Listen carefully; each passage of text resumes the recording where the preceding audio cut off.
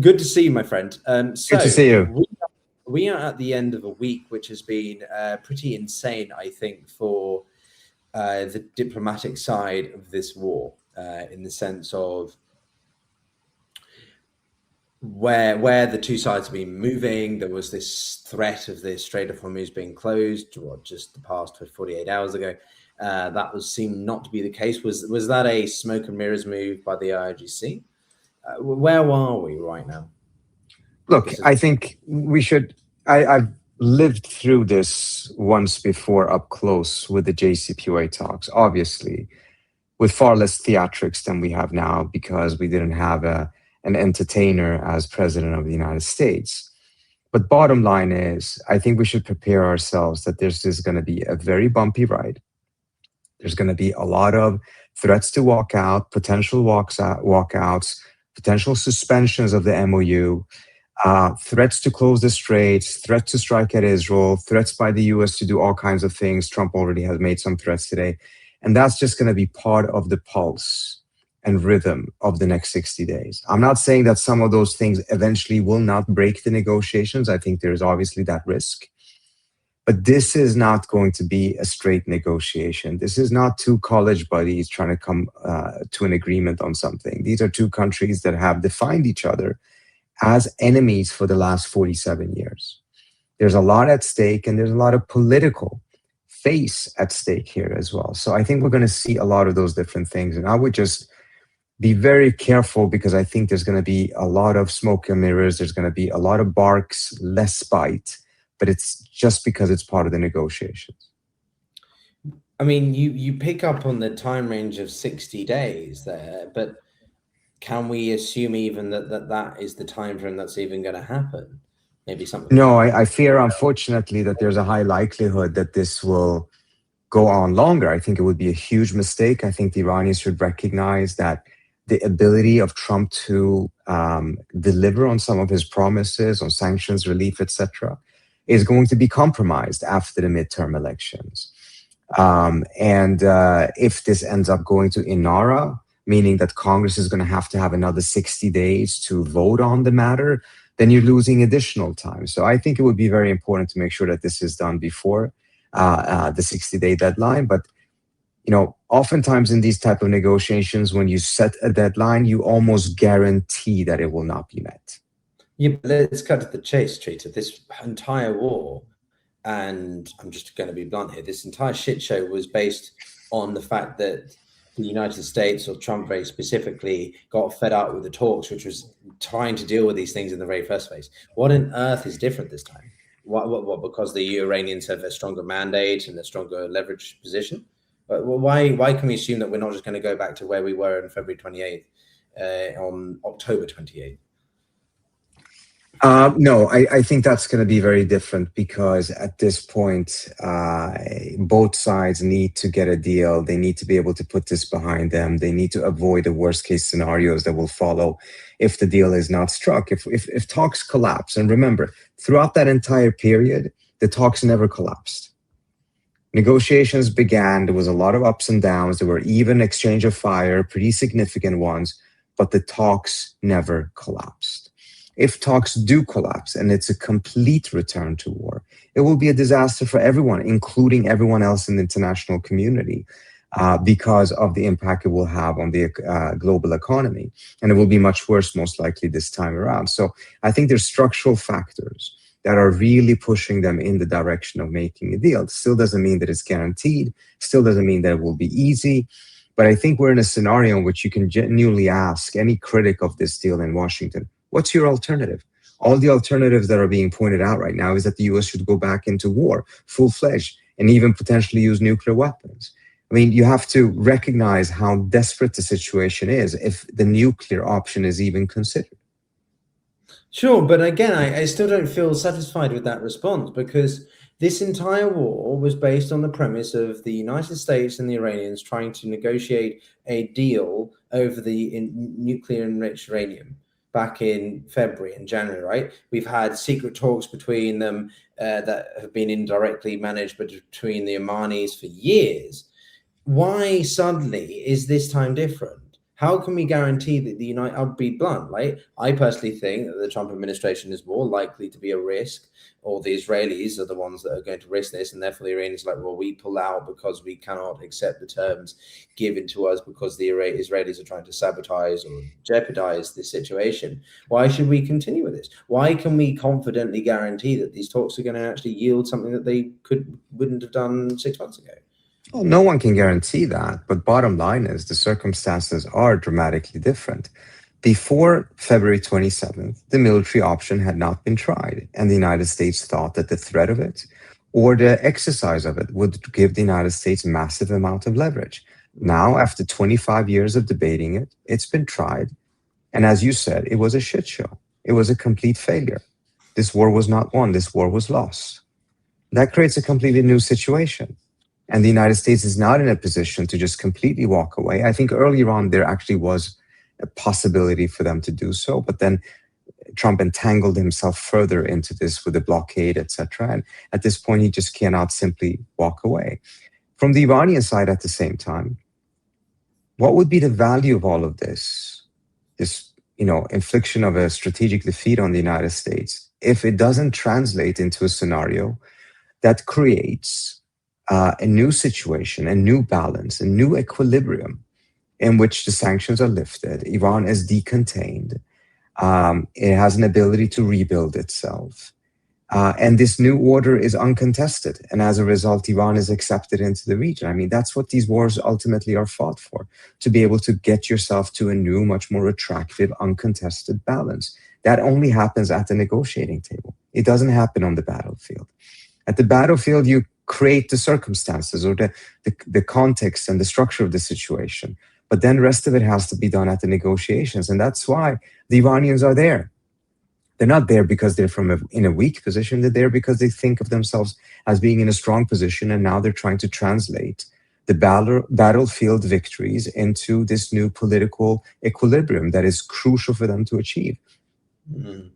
I mean, look, I have my personal distinctions and then my role as host to challenge you on certain things, right? My personal perspective is that the Iranians are in a far more comfortable position than they ever have been, and they're far more competent as negotiators and diplomatic players, strategic players than anyone, I think, the US administration at least has given them credit for. But in this regard, therefore, we're now in a situation where the Iranians seem to have the leverage, but they don't necessarily have free reign, if that makes sense. Mm-hmm. They still have certain limitations. There are distinctions between members of the government itself, for example.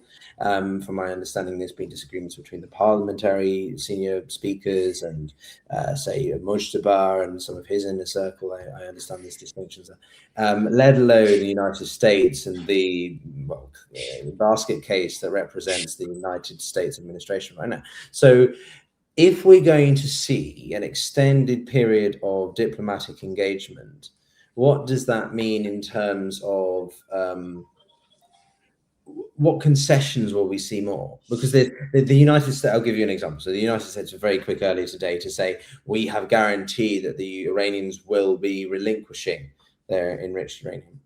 Well, as far as I remember, that was one of the basic expectations of the MOU.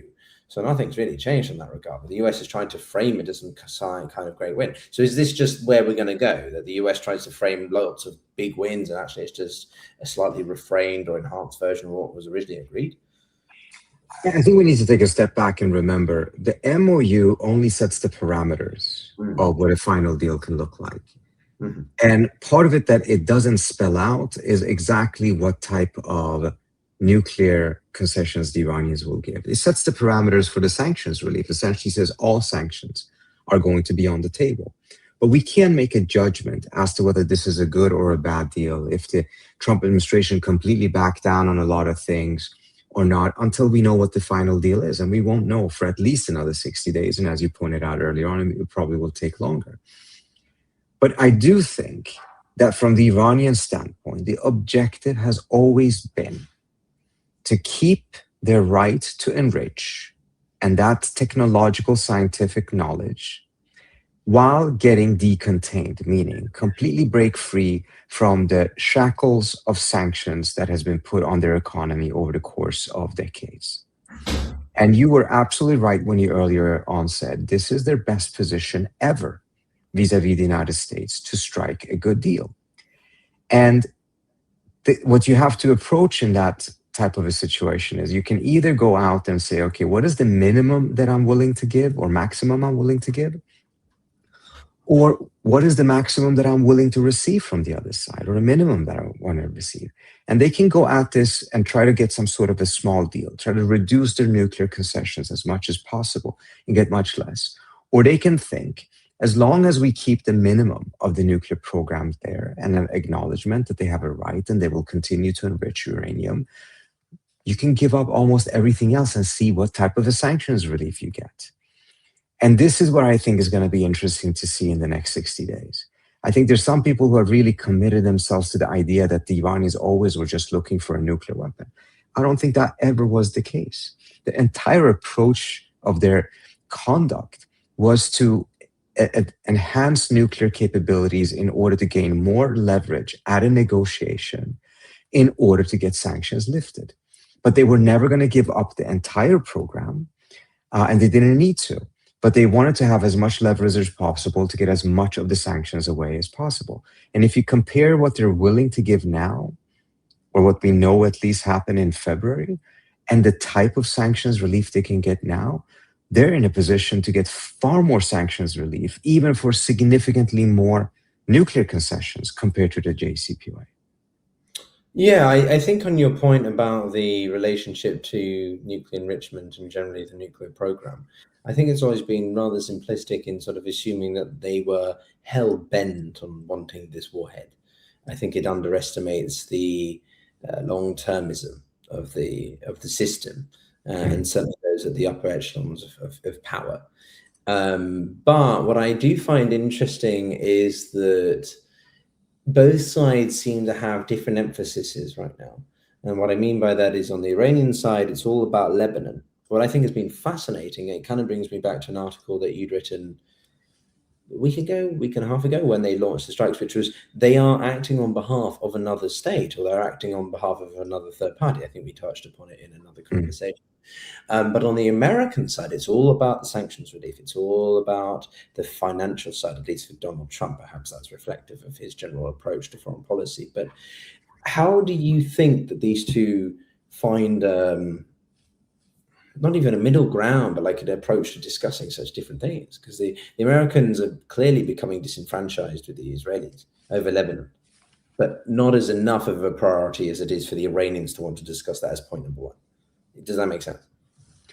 I don't think that it makes sense, but I don't think that's where they've landed. I think the US side has committed itself for the Israelis to be out of Lebanon and completely stop the fighting.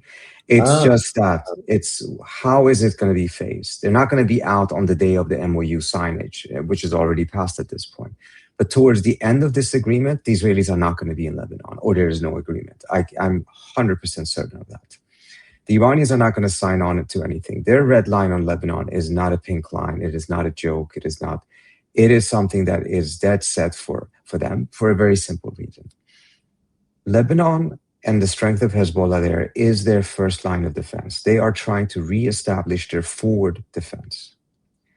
In 2006, when the Israelis went to war with Hezbollah, I ran into the Deputy Defense Minister of Israel at a conference, and we spoke on the sidelines. And he told me, and I've quoted in my book, I quoted him on my Substack, that Lebanon and Hezbollah is just a prelude. The war will inevitably go to Iran, but first Hezbollah needs to be defeated. But because Israel failed to defeat Hezbollah in 2006, there was no war between Israel and Iran in 2006. That war happened in 2024, 2025, 2026, precisely because Hezbollah, the Assad regime had fallen, Hezbollah had been significantly weakened, and Iran's forward defense essentially had been significantly penetrated. So the forward defense proved its utility. It held for 20 years, and now they're trying to reestablish it. Now they're trying to reestablish it while also having a deal with the United States. But if it comes to choosing between a deal with the United States or the forward defense, I would put my bet on the forward defense. They're not going to trust the piece of paper signed by Trump as much as they will trust how a strong Hezbollah will make it much, much more difficult for the Israelis to attack Iran. And the Iranians have also said, and I think it was a very important statement, their deterrence is not any longer going to be inside of Iran, meaning they're going back to this forward defense in which they will have their deterrence outside of their own territory to ensure that the war never comes to Iran's territory. And for 20 plus years, it was successful. And now they're seeing the opportunity to rebuild that, and they will trust that more than a deal with the US. If they can have both, which is what they're aiming for, obviously that is optimal. But if they have to choose, I think they will choose the forward defense. Interesting. Makes me think of what the Europeans are trying to do with NATO and the forward defense deterrence regarding Russia in the East. But when we think about this then in the context of Iran's perspective, what does this tell us about their mindset then? If they're putting so much emphasis on Hezbollah and that part of this, well, perhaps you'd still think it's the Shia Crescent, but does that demonstrate therefore that the Iranians have seen a significant deterioration of the proxy network? Whether or not you believe that they have a proxy network, you use that terminology, but like they lost a couple of entities that were quite important. So the fact that they're putting so much emphasis on keeping their flagship proxy, is that a demonstration that they are still quite vulnerable after everything? I think they were very vulnerable before the war. I think the war has now restored their own deterrence. They're now going for extended deterrence and forward defense. Will everything rely on this going forward? Well, it depends on if other arrangements are made. If there is an effort for a completely inclusive security architecture in the region in which Iran is included, and which measures are taken for all countries in the region, not to use groups like Hezbollah or others. Because it's very important to understand it's not just the Iranians. Look what the Emiratis are doing throughout the Horn of Africa, in Sudan, what they've done in Libya, and many others, the Turks as well. So this is not just something the Iranians are doing. This is unfortunately part and parcel of how most states in the region are operating. Even a small state like Qatar 15 years ago was doing some of these things. So if there is an arrangement that deals with everyone's usage of these type of tools, then I think there can be a potential dismantlement of that strategy if it's replaced with something that they find trustworthy. And that will be the same bargain that all other states will have to make, whether it's this or whether it's other types of arrangements that they have. But up until then, they're going to rebuild this forward defense. You know, the Axis definitely took some huge hits. There's no doubt about that. But what is the alternative for the Iranians at this point? Well, I mean, one could argue that they try to go back to what they did in the past. They try to utilize clandestine or asymmetrical methods. I mean, I find that word a little bit overutilized these days. But maybe they try to simply, I don't know, what's the word? Elongate the talks out, right? They don't commit to any one thing, but they don't also say no. So there's sort of like the North Korean situation, South Koreans, there isn't an armistice. So both sides stay at an effective case of war, but nothing ever changes. It's sort of a bit of a limbo period. Or you think that's effectively impossible? I think those are two completely different things. They can elongate if they think that that is wise for them. I certainly hope they don't, because I think it would be a very big mistake for them to drag these talks out. I think the manner in which Trump can actually give nuclear sanctions concessions is far stronger prior to the midterms. I would not bet on what he can do afterwards. It would be a mistake extending it. But that has very little to do with whether they are going to try to rebuild their forward defense. These are not either or. They're going to do both of these different things. Well, what about the Strait of Hormuz then? Is this going to be a sanctioned or not sanctioned, a tolled, monitored maritime stretch of water, which is done so in coordination with the Omanis, the Gulf states, through granting of exceptions that's the new reality? Or are they going to sort of try to capitulate to the Americans in some way because of, I don't know, third unknown issue that I can't think of? I mean, the French and the British sort of want to help manage the Strait, but I don't know how that's going to work in the fact that it's in the background of Iran's. I find it unlikely that the Iranians would give space to the French or the Brits to come in on something like this, even though they have put together a coalition of a lot of countries, but they don't necessarily have the influence of being able to make much of a change here. And they were not a factor in any of these negotiations. This is something happening between the US and Iran primarily. But when it comes to the Strait, again, these are one of those issues that are going to be determined by these negotiations going forward. The Iranians clearly have said that nothing will go back to the way it was before. Whether they can stand by that or not remains to be seen. I think they are going to try very hard to make sure that there is some sort of an arrangement in which there is an environmental or other type of management fee, not a toll, that is charged in conjunction either with Oman or with further regional states. So this is a regional mechanism. I think it would be much easier for the American side to accept it if it is not just Iran and Oman, so that the US side can say that this is not the Iran's controlling the Straits. Interesting. So these are things that are going to be determined by the negotiations. I don't think we have a clear vision. And I personally don't think it is I think they're very serious about it, but I can see them given concessions on this issue, depending on what type of sanctions relief is put on the table. Whereas Hezbollah, I don't think is negotiable at all. No, I agree. I don't think Lebanon and Hezbollah, that entire file, is something that they're willing to even remotely touch on. But what I am interested in, and as someone who's only followed this in the years that they've been active, which is a lot less than you, and a lot less experienced. But I guess something that a lot of people who are only touching upon this or have jumped on the opportunity to sort of develop a sense of substance or career, right? The amount of YouTube channels or certain activities that have come out of the war in Iran in the past few months is insane. But this is the first time, correct me if I'm wrong, Trita, but this is the first time that we've seen not just face-to-face talks between both sides, but at the vice presidential level of that seniority for their respective nation states. What does that mean? Does this mean that we might find an actual systemic solution to the underpinning issues that have predicated much of the Middle East in the past 25, 40 years? Look, I think it is historic. I mean, look, during the JCPOA, you had Zarif on the same stage with the American diplomats, throughout all of that, and all of the other diplomats as well. So they were talking face to face. They were talking just the two of them. They were going on walks in the parks in Vienna because they got tired of just sitting in those hotel rooms. So that is not a breakthrough. But to have the vice president do it, this is a level higher than what we saw in the JCPOA. They were on the same stage together. They didn't shake hands in front of the cameras, at least. So the Iranians still have deprived them from that type of a photo op that I think the American side very much likes to see and likes to have.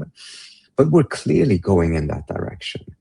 And again, there's no more fuss about talking directly to the American side and to do so directly with the vice president. It happened as well in Islamabad, of course. But we're seeing a lot of taboos being broken down in real life. You just take a look at the signing of the MOU.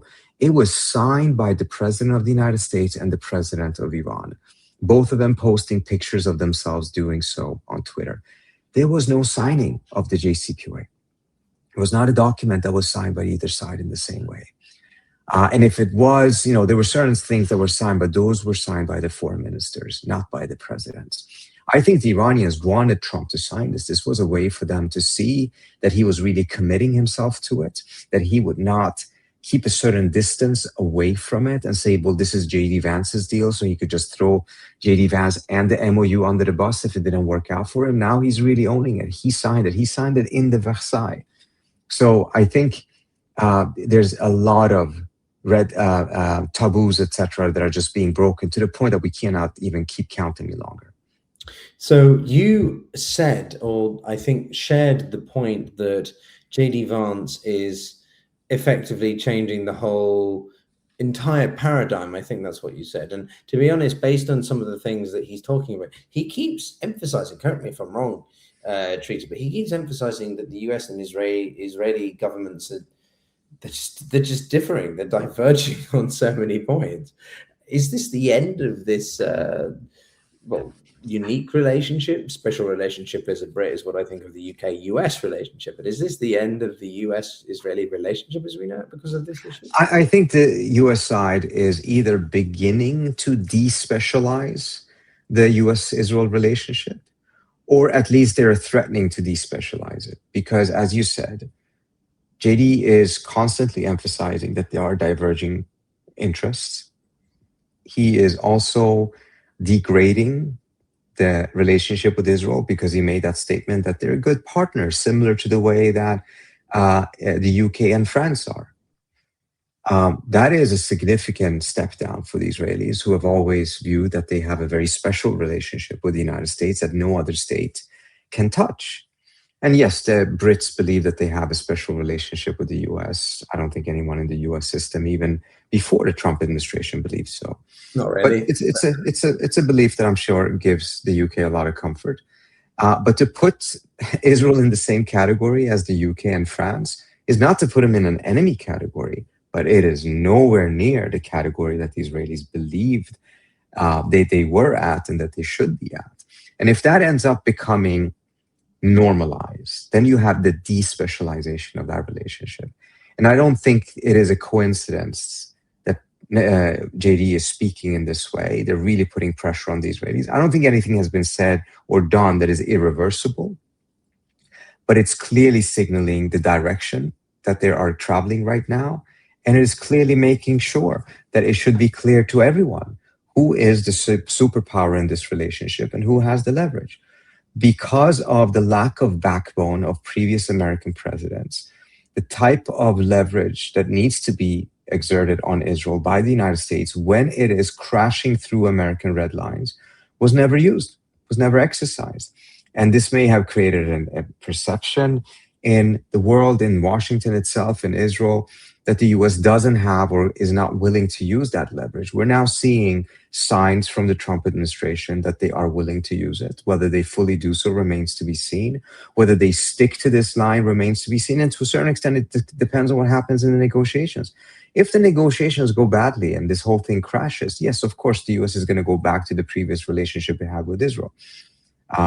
But if it goes well, then I suspect that the administration is going to continue to push this line. And if the Israelis are trying to sabotage it, then the US side is going to continue to inflict a cost on the Israelis for that type of sabotage. And much of that will be to degrade it from having been that special relationship to something different. And if they continue even further, perhaps next time JD Vance will say that, you know, Israel is a great partner just as much as Albania is a great partner of the United States. I mean, I was chuckling earlier because of the special relationship, because it is always such an emphasis in the UK about the special relationship and the depth and meaningfulness of the UK to the US. But frankly, no one in Washington, considering the several years that I was there, gives a monkeys about it. Also, I see not a monkey, but I think a doggo running behind you, which looks very sweet. But I think somewhere just around there. But you've written quite a lot of interesting points about, I think, the direction of the talks in a hypothetical, and now we're actually seeing the atmosphere. And just looking at what you've written on your Substack notes, which, to be fair, everyone on YouTube, we are streaming to Substack more and more these days. Oh, exactly. Yeah, it's a great platform. Yeah, no, do check out Trita's work on there. Do follow me on there if you're interested, and vice versa. If you enjoy the YouTube stuff, then of course cross platforms, it's important. But anyway, bottom line is, you had posted a few hours ago about the idea of the atmosphere being cordial and constructive. Is that because of the scale at which we're seeing things, because of the seniority, or is it just because of the implications associated with what's happening? No, I spoke to someone who's very close to the negotiations. I won't say on which side of, what really was going on. And, this is, again, very typical. There were times in which there were very strong statements coming from both sides, the US side, the Iranian side, the European side during the JCPOA, giving the impression that talks were going badly or were collapsing, or that there was that they were tense and unconstructive, and in reality was something else at the negotiating table. And what I was told is that despite all of the noise, despite the threats, etc., at the negotiating table, progress was being made. They were cordial and constructive, but they were also running into significant challenges, Hezbollah and Lebanon and Israel being one of them, of course.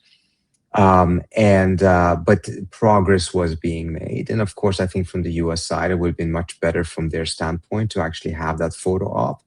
I don't think the Iranians are going to give it to the American side too soon, too easy. This is part of their psychological game and their use of symbolism to assert their leverage in their mind, perhaps their dominance. And again, this is just part of the negotiations. It was the same thing before. It's just a little bit on crack these days compared to before.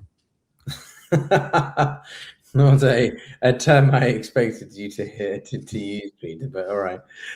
So what are we going to expect in the next few days then? We're going to see just going through the motions, pleasantries, diplomatic dialogues. I've been on plenty of ends of backdoor diplomacy or sitting in the back part of the room whilst the actual negotiations happen, a table in front of me, and the sort of intensity that you can feel, the subtle tension that exists within people when they're sitting across from the table, and how much the testosterone, or perhaps a little bit more, exists in such a small amount of space, right? So what can we expect? The most important thing I think we will see is, I would look at three things. One, I would look at the rhetoric coming out of the Iranians, how they described the talks. I will look at whether JD is going to continue to push back as aggressively and as firmly as he's done, both against detractors in Washington, against Israel. And I will most importantly take a look at what happens in Lebanon. Because as I said before, yes, the Israelis may not be out of Lebanon at the signing of the MEU, but at some point during these next 60 days, it's supposed to be a phased withdrawal out of Lebanon. Otherwise, a ceasefire would essentially cement Israel's new occupation and presence in Lebanon. And obviously, that's not going to be accepted. But what was supposed to happen is that as soon as the MOU is signed, it is supposed to be a situation in which there is no longer active fighting between the two sides. We've already seen a little bit of a violation of that.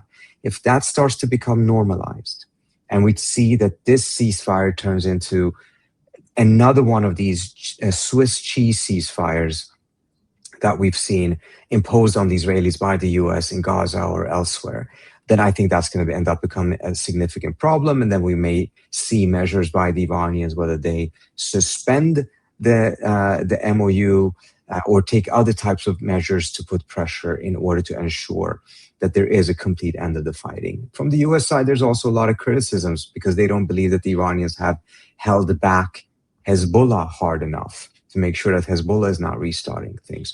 So from both sides, there's going to be a challenge here, but there's supposed to be a real ceasefire. And if there isn't one in Lebanon, that's going to be the biggest challenge. Yeah, but let's be honest. This is an intention of this ultra-nationalist government, Trita, to physically occupy and retain, more importantly, the southern quarters of Lebanon. You Absolutely. agree?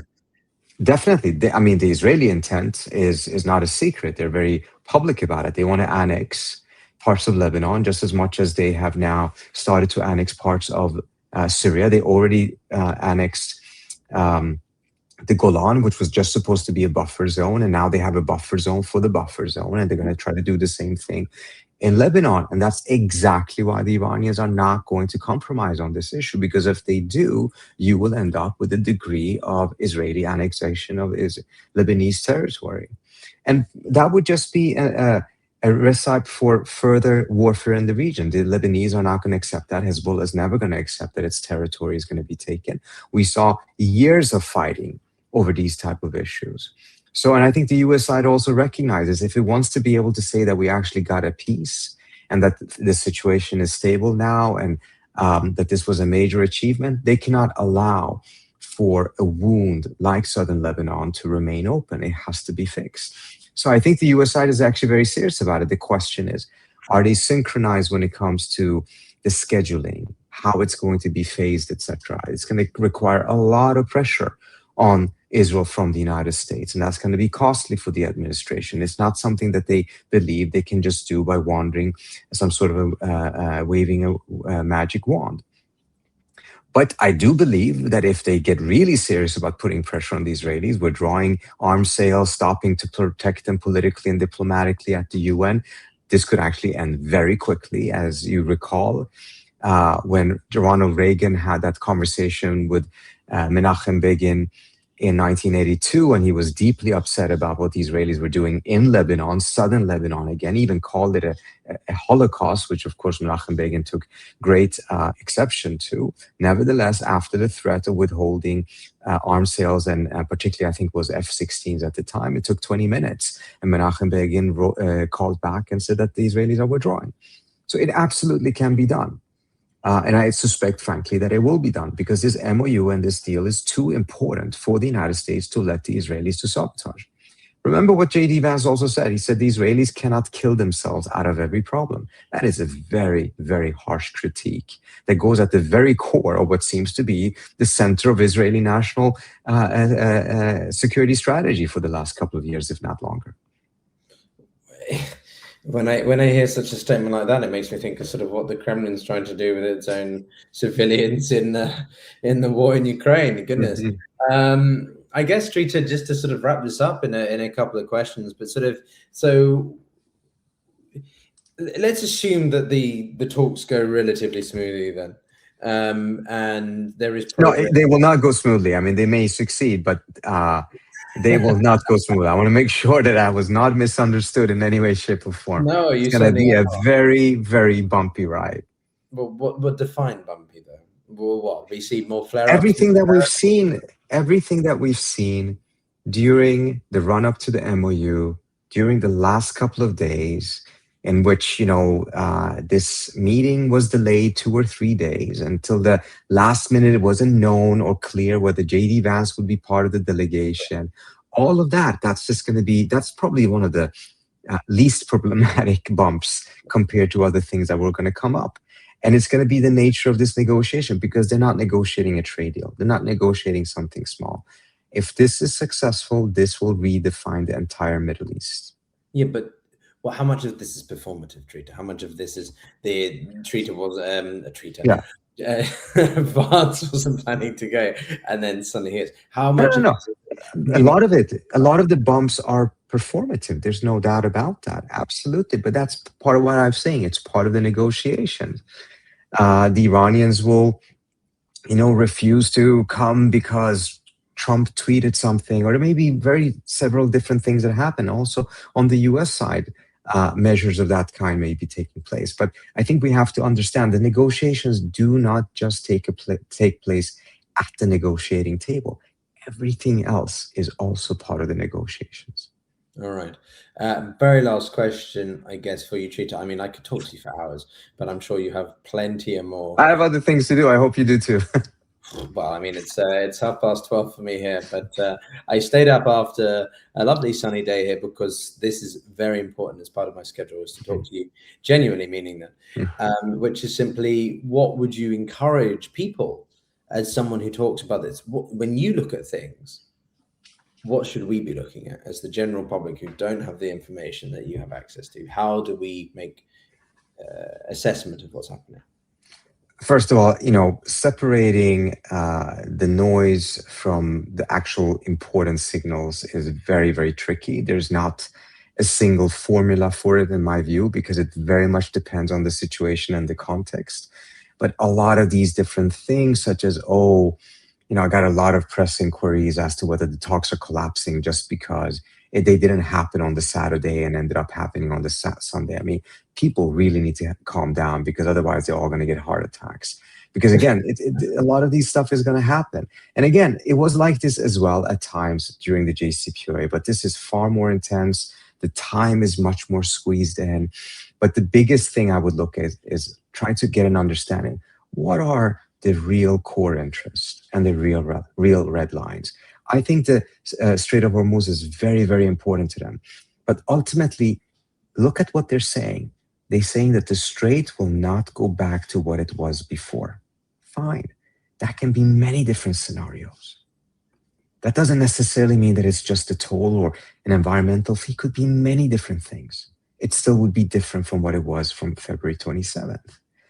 But when it comes to Lebanon, etc., I think it's much clearer when they're saying that Iran's defenses will never again be inside of Iran. Its deterrence will no longer be inside of Iran. It means that they are dead serious about the forward defense. So to be able to try and understand, the gradation, the shades of what is really a red line and what is something that, they may fluff up a little bit because it's part of the negotiation. And I think there you can see that even something as important as the Strait of Hormuz is nevertheless a formulation that is not as categorical as it is when it comes to Lebanon, for instance. So if you see things go badly in Lebanon, yes, that's something that would absolutely risk the whole thing collapsing. Yeah, and I would double underline that for viewers. In my limited knowledge of the region, I think it's pretty clear that Lebanon and the Israeli activities, for lack of a better word, around there are the preeminent factor into how well these talks go. But Trita Parsi, Executive Vice President of the Quincy Institute and a regular on the Global Gambit. Always a pleasure, my friend. I'm very delighted. Thank you so much. Really appreciate you having me. I really appreciate it. Absolutely. And everyone, obviously go and subscribe to Trita. What are you doing if you haven't? And subscribe to me as well. But we'll see you all very soon. Take care. Thank you. Talk to you soon.